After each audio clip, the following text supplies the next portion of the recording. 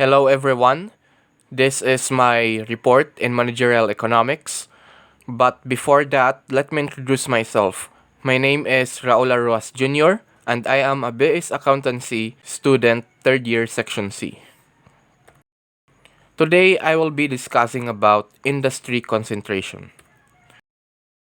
Oligopoly is where a market is dominated by a small number of firms. Concentration ratio is the most widely used measure of market structure. Four-firm concentration ratio is the percentage of sales accounted for by the top 4 firms in a market or industry. 8-firm and 20-firm ratios are defined analogously. So what it means is that 8-firm and 20-firm ratios are pretty much like 4-firm ratio, except it is based on 8-firm and 20-firm respectively. Concentration ratios can be computed from publicly available market share information. Ratios are also compiled in the U.S. Census Bureau, released by the government at 5-year intervals. The higher the concentration ratio, the greater is the degree of market dominance by small number of firms.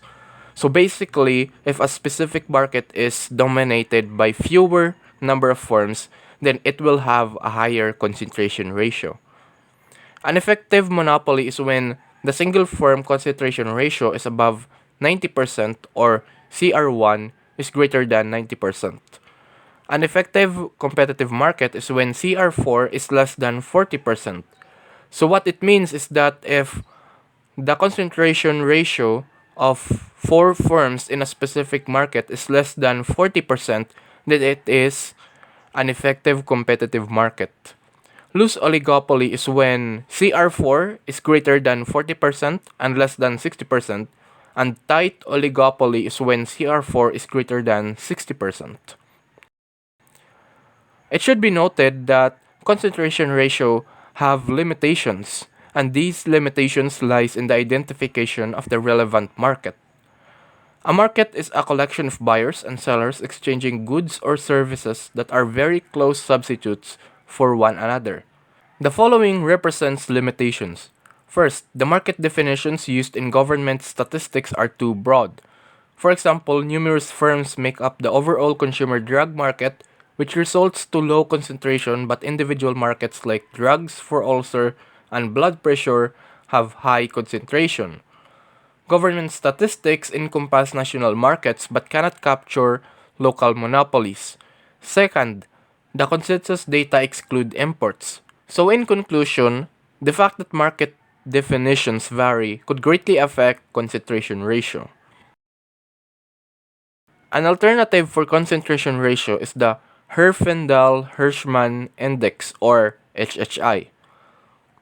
The formula below is the formula for HHI. HHI index of 1000 indicates pure monopolist and 0 for infinite number of small firms. If HHI is equals to n times 100 over n squared, then the market is shared equally by n firms.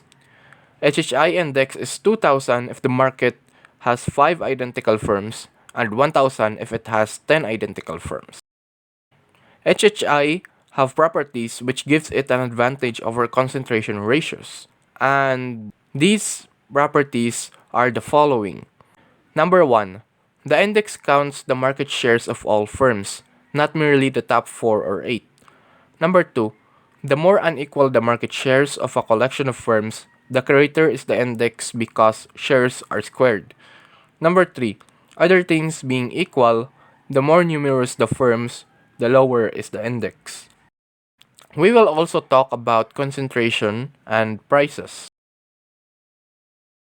There is considerable evidence that high concentration promotes higher prices, which could be a result of tacit collusion among small number of equally matched firms as an attempt to avoid cutthroat competition and maintain high prices. In contrast, low concentration leads to minimum prices. So basically, if concentration is higher, then prices will most likely be higher as well. But low concentration means minimum prices. Price is viewed in the functional form P equals F C D S C, where C is the measure of cost, D is the measure of demand, and SC is the seller concentration. Monopoly can be harmful to the interest of consumer. However, alternative point of view claims that it also offers significant efficiency advantages in relation to small firms, which results to cost advantages that could potentially lower prices. Thus, a price comparison between a tight oligopoly and a competitive market depends on which is the greater effect: the oligopoly's cost reduction or its price increases. The efficiency issue reminds us that greater concentration per se need not be detrimental. So basically, what it means is that oligopoly is more efficient than smaller firms, which could give it an advantage to cost reduction, which could also potentially lower prices. So whether an oligopoly is good or not depends on which have greater effect: the oligopoly's cost reduction or its price increases. So that being said, we can conclude that oligopoly is not always bad. It can sometimes be good as well. And that's the end of my report. Thanks for watching.